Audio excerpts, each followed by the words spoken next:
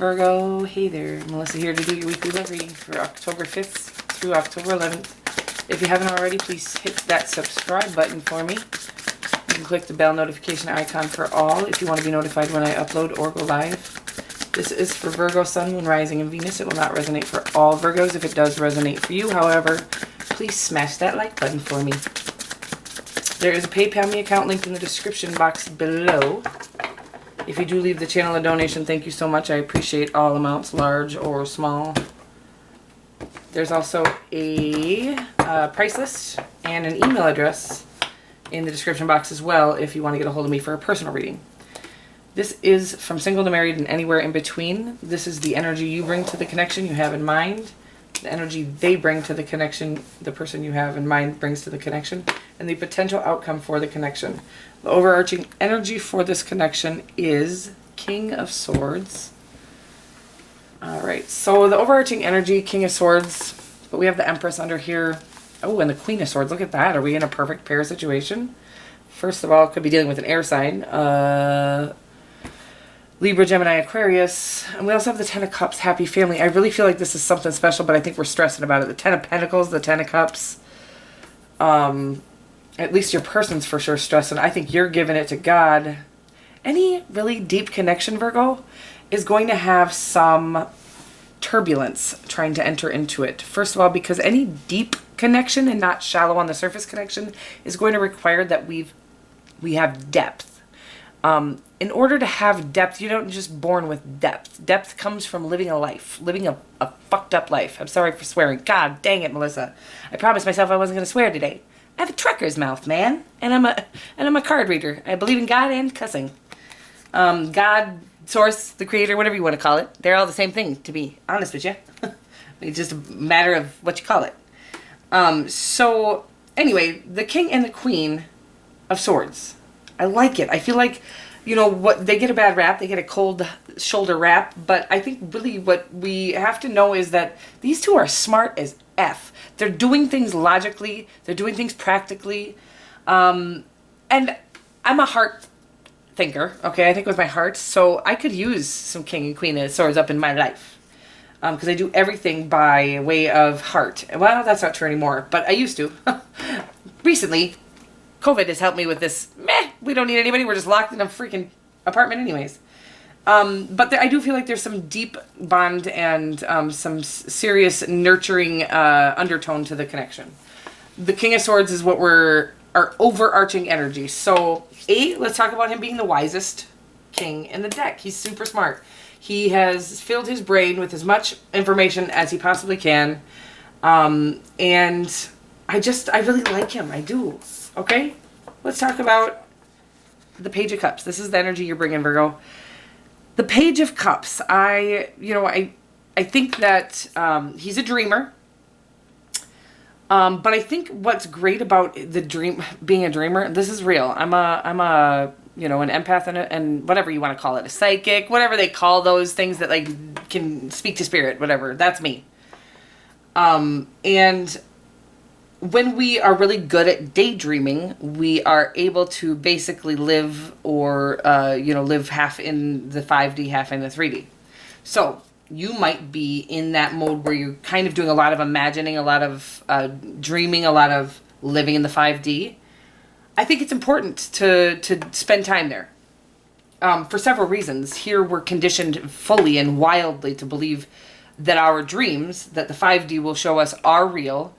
Our dreams are too big for us. They're, we're not worthy of our dreams. But our 5D and our spirit, our soul, whatever you want to call it, knows that we are capable of those things. And actually, we are not given a dream that we're not capable of. It's already there in the 5D. The dream is available to us.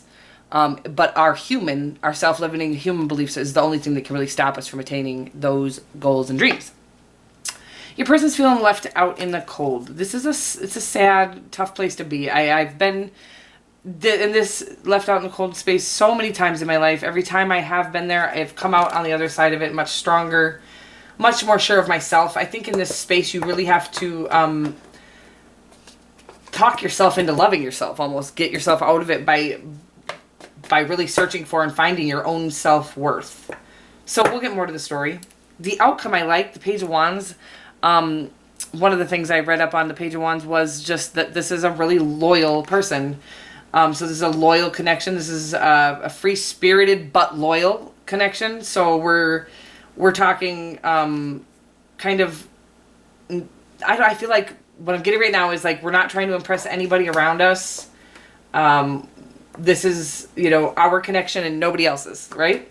And I love that feeling. That's how we should all be, always, with our lives and our connections. All right. True happiness comes, I've been talking about this a lot lately, when we stop caring what other people think about us. When we stop doing things based on the need to be accepted and approved by others. External acceptance. So... Bergs, let's see more on your story here. Whoa. But, all right, so we got the Eight of Pentacles, which I love, the Wheel of Fortune, which I love, and you guessed it, the Seven of Swords.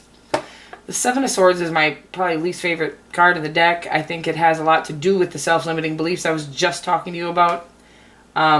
So I think that's what's going on. Like these two cards together right now are really indicating to me that you're trying to fight your sneaky self-sabotaging beliefs by living in your imagination for a while.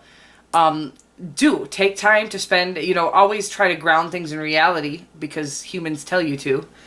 But spend as much time in the 5D as you want. This is your life. And people get so caught up, I don't know why I'm going into this, people get so caught up in telling other people how to be and how to live and how to do blah, blah, blah. So when somebody is finally realizing what a bunch of BSers there are out there, I think spending time in the 5D and really imagining all the dreams of yours that are going to come true. Look at this Wheel of Fortune is here letting you know that, but we really have to fight this sneaky human conditioned brain of ours. I understand we're here to have a human experience, but we are not here to be a prisoner to our thoughts. Like that's not what God wanted for us. So it's imperative that we really get in and feel and know that our dreams are ours for a reason. God gave those to us for a reason because they are attainable to us.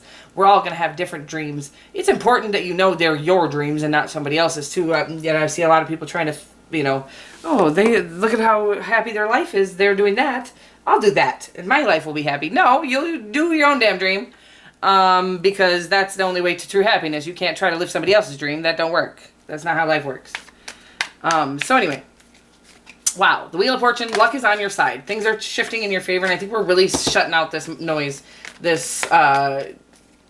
This little voice telling you can't do it because you've been told that all your life. Whatever it is, go after your dreams, baby. It looks like you're willing to put in the work. If you put in the work, you will attain it. Period. That is it. I don't care what it is you want to be, an astronaut or whatever.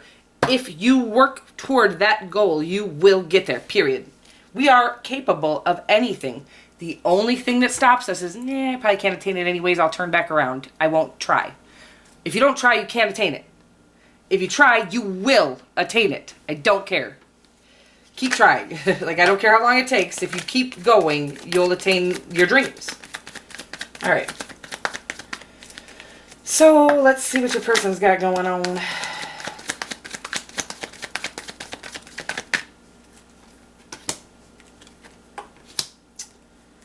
They're a little closed off.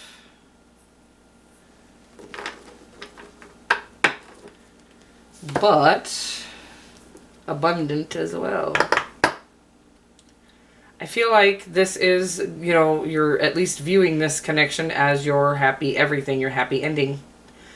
And they are attractive to you. Basically in every way. This is what I like to say with the Queen of Wands. Like, you're not just they're physically attractive, sure, but I think there's a connection, a magnetic pull, if you will, when the Queen of Wands shows up.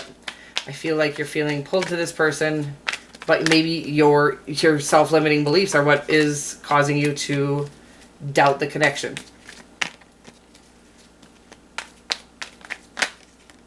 Jeez. My brain is shut off today, so I'm trying really hard to get the storyline. Again, if there was other cards with that Seven of Swords, I do usually, I don't sugarcoat the Seven of Swords. I'm not a big fan, okay? But because I think what's going on is...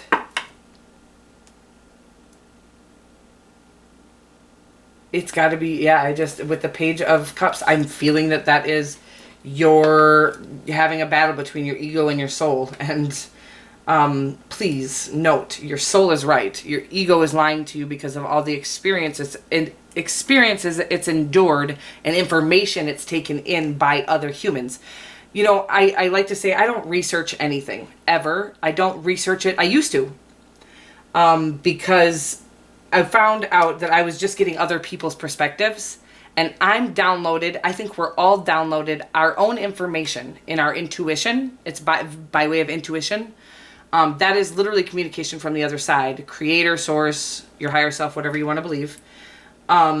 And so when you're going and researching things, you're literally reading other people's perspectives. These are other human beings' perspectives. And while there are a lot of human beings out there that are very smart, they're all clouded by their own perception of things, by the experiences they've had in life.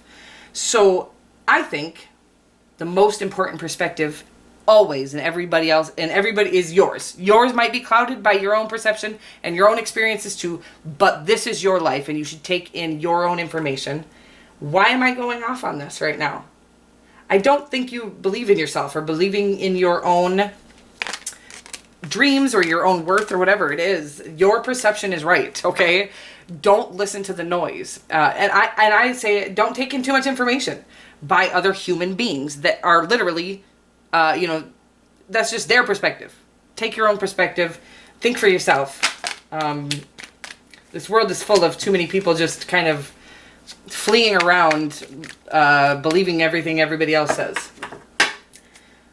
Because we are taught from a very young age not to believe our own intuition, and that, our dreams are crazy, they're too big for us, blah, blah, blah. Your dreams are not crazy. They are not too big for you. You can attain them. That's why they're inside of you. You got to get rid of this Seven of Swords self-sabotaging belief system that you got going on here. If this is for you, if I'm reading for you. And even the King of Swords as I love the King of Swords, but he can be an overthinker. He can be in his head way too much. Thoughts, like just the king of thoughts. And again, when we take logic and try to do everything with it, relationships shouldn't be based on logic, right? Relationships should be based on love, feeling, emotion. So when we start to let our head in too much into a situation that our heart's supposed to be controlling, shit gets messy, okay? Wow. That's what's going on here. But I do believe that this person has what it takes to be your everything, or at least you see it that way. Let's check out the outcome. I think they're a little guarded right now. They're feeling left out in the cold, a little guarded. I don't know why. Maybe because you're holding yourself back because you don't believe in yourself. Well, that's going to cause this person to feel like you don't like them. No, it's not you I don't like. It's me I don't like. This is why healing is imperative in any relationship situation, is because if you don't know you're worth it, you can't possibly think they know you're worth it. And you might be hurting them on accident, making them feel closed off and out in the cold because you just don't think they like you. Wow, that's a lot. So we got the Page of Wands, the Ace of Swords, the Wounded Warrior, and the Two of Cups. I really do think this situation is your perfect pair, dude. But I'm going to just encourage this. Until you feel these sneaky thoughts leave, I don't think you're ready for this situation. So please spend as much time in the 5D, do some meditation, some praying, some healing practices, whatever that may be. I like to tell people, if you have anything paining you yet inside, any self-sabotaging beliefs, anything that makes you say, a little voice that says, no, you can't do it, that voice needs to be shut the F down. And in order to shut that noise down, it's about really going in and figuring out why that noise is there. So what I like to do is try some writing and releasing. So I'm not a writer. I hate writing, actually. It drives me insane. But I started doing it, and what I really could, as an empath, I feel energies, right? I could physically feel the energy exiting my body as I cried and wrote down the things that were hurting me, okay? So do that. Cry, write, get this stuff out of your system, this self-sabotaging beliefs, because you are capable of literally anything you want. Anything you want. I don't care what it is, how ridiculous it is. Anything your soul truly desires, you are capable of it, period. Virgo. I'm going to get you. And this person, I believe the person you have in mind here or in your field is the happy everything, abundance in all areas. So, which can be intimidating, right? This is probably what is causing. Anytime we feel that connection with somebody,